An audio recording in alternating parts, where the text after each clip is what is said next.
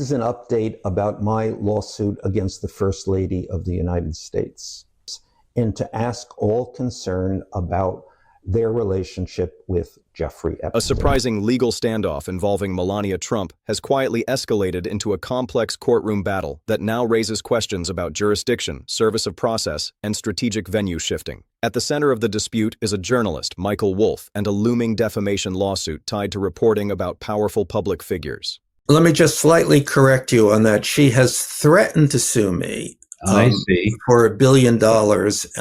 I acted before she did and sued her. And I have now yet to hear anything from her. She hasn't reacted in any way. She certainly has not sued me. And so everything that we anticipated, that she would countersue, that she would move to change jurisdictions. We're suing her in New York, has not happened. So we are proceeding with our suit against her. She may have decided to cut her losses and. What began as a demand letter has now evolved into dueling legal strategies in New York federal court, drawing attention not just because of who is involved, but because of how aggressively the procedural rules are being tested. Recent court filings suggest that this case may hinge less on the underlying claims and more on technical legal maneuvering that could determine where, and even whether, the case moves forward at all. The billion-dollar demand. That started it all. The conflict traces back to a demand letter sent to journalist Michael Wolff by an attorney representing Melania Trump. The letter sought an extraordinary sum, $1 billion, over statements Wolff had made in his reporting and commentary. Those statements involved connections between well-known public figures and individuals already documented in public reporting. Rather than quietly negotiate or retract his statements, Wolff responded with a preemptive legal move of his own, filing a declaratory judgment action in New York. This legal step asked the court to rule that the statements at issue were either true, constitutionally protected, or otherwise not defamatory under the law. Why Wolff filed first? Filing first was not accidental. Declaratory judgment actions are often used when someone believes a legal threat is designed to intimidate or suppress speech. Wolff's filing essentially asked the court to clarify the legal boundaries before a massive defamation claim could be launched against him. By doing so in New York State Court, where he resides and works, Wolff placed the dispute in a jurisdiction closely tied to the alleged harm and the legal threat itself. This move shifted the posture of the case from defense to offense and forced Melania Trump's legal team to respond rather than dictate the timeline. The importance of service of process. At the heart of Melania, Trump's latest filing is a technical but crucial issue: service of process. In any lawsuit, proper service is required to give the defendant formal notice and establish the court's authority over them. Her legal team argues that she was never personally served with Wolff's lawsuit, and therefore the court lacks jurisdiction over her. They emphasize that while documents may have been left with a doorman at Trump Tower and sent to her attorneys, they were not physically placed in her hands. According to their argument, that procedural failure should halt the case entirely.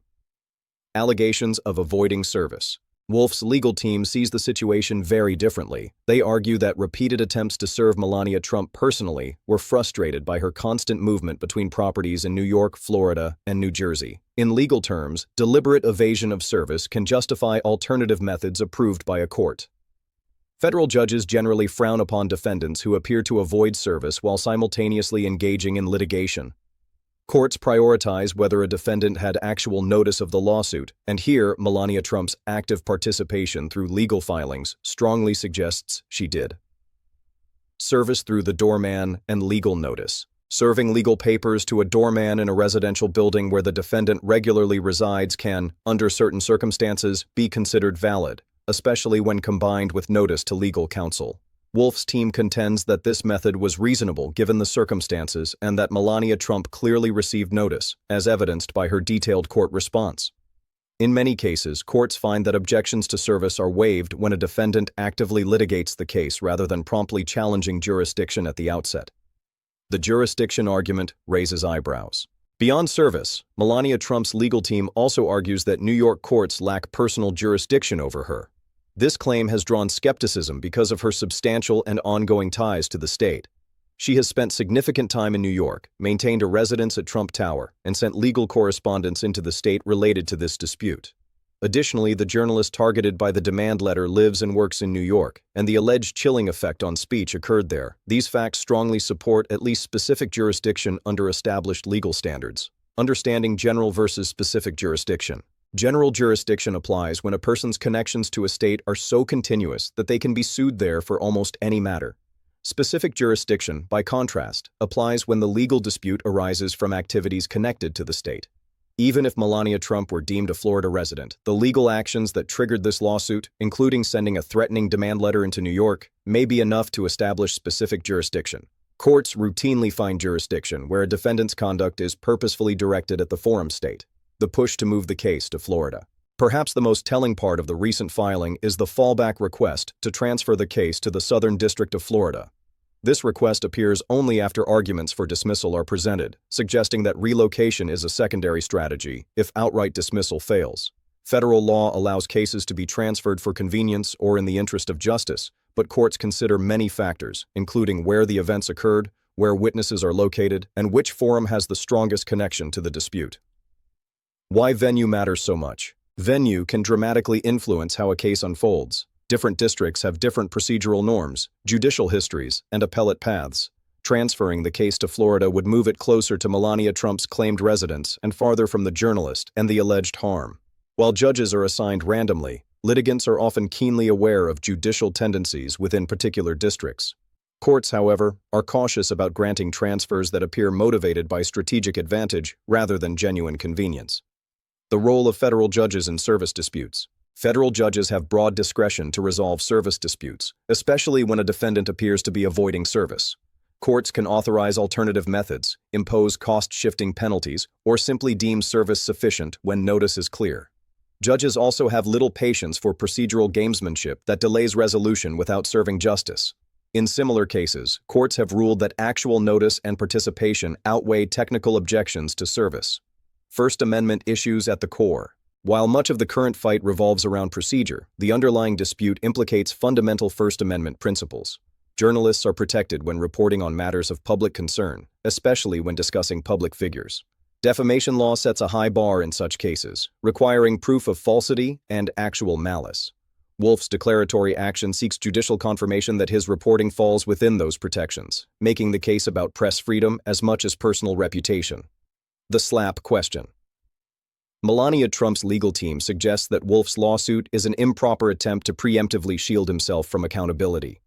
Wolf's side counters that the billion-dollar threat itself resembles a strategic lawsuit against public participation, commonly known as a slap. Courts increasingly scrutinize such tactics, particularly when large damages demands appear designed to intimidate speech rather than address legitimate harm. What happens next in court? Before any full motion is filed, the federal judge will hold a conference to determine whether Melania Trump's arguments warrant formal briefing. This procedural step allows the judge to assess the strength of the claims early. Depending on the outcome, the case could be dismissed, transferred, or allowed to proceed in New York. The judge may also permit limited discovery on jurisdictional issues, potentially examining where Melania Trump actually resides and how frequently she is present in New York. Why this case is being closely watched. This dispute is being followed closely because it touches on press freedom, legal strategy, and the use of procedural defenses by powerful individuals. The outcome may influence how future journalists respond to aggressive legal threats and how courts address service and jurisdiction when defendants are highly mobile. Beyond the personalities involved, the case serves as a test of how the legal system balances technical rules with substantive justice. A legal battle far from over. At this stage, nothing has been decided. The court has yet to rule on service, jurisdiction, or venue, but the filings alone reveal a carefully layered strategy on both sides, with significant implications for where the case will be heard and how it will proceed.